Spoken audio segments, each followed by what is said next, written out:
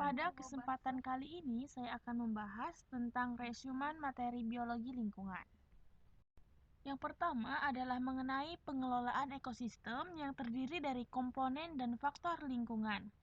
Lingkungan sebagai suatu sistem. Lingkungan adalah keadaan atau kondisi yang ada di sekitar organisme. Lingkungan adalah keseluruhan kondisi sosial atau budaya yang mempengaruhi individu atau komunitas. Lingkungan adalah sistem. Semua sistem memiliki komponen-komponen yang saling berhubungan. Sekarang kita memasuki mengenai sistemnya. Sistemnya terdiri dari input, komponen 1, ke komponen 1, dan ke output, di mana komponen 1 dan komponen 1-nya menjadi umpan balik. Komponen sistem ekologi terdiri dari dua, yakni komponen biotik dan komponen abiotik. Komponen biotik terdiri dari komponen autotrop, komponen heterotrop, dan pengurai atau dekomposer.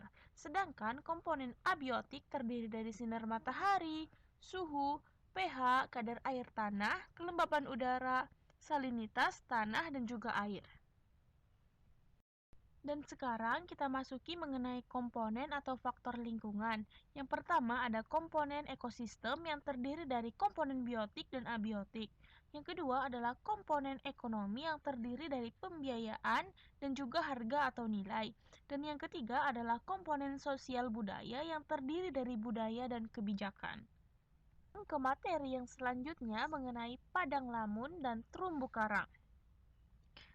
Padang lamun adalah satu-satunya tumbuhan tingkat tinggi yang hidup di laut dan memiliki akar, batang, dan juga daun. Di layar telah tertera beberapa jenis lamun.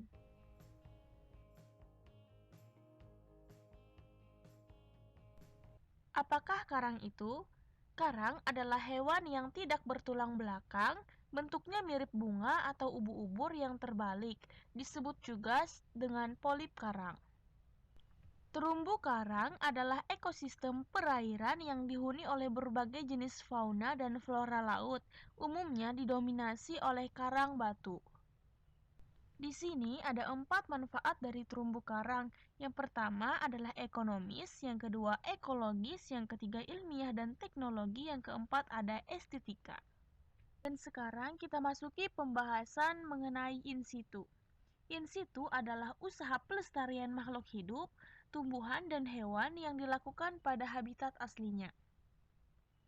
In situ, pelestarian ini meliputi cagar alam, suaka marga satwa, dan juga taman nasional. Dan sekarang kita bahas mengenai ex situ biodiversity conservation. Konservasi ex situ ini merupakan metode konservasi yang mengkonservasi spesies hewan maupun tumbuhan di luar habitat alaminya. Konservasi ini merupakan proses melindungi spesies tumbuhan dan hewan yang langka dengan mengambilnya dari habitat yang tidak aman atau terancam dan menempatkannya di habitat lain di bawah perlindungan dan pengawasan manusia. Dan kita masuki pembahasan mengenai remediasi. Remediasi adalah kegiatan untuk membersihkan permukaan tanah yang tercemar. Remediasi tanah ini terdiri dari in situ dan juga ex situ.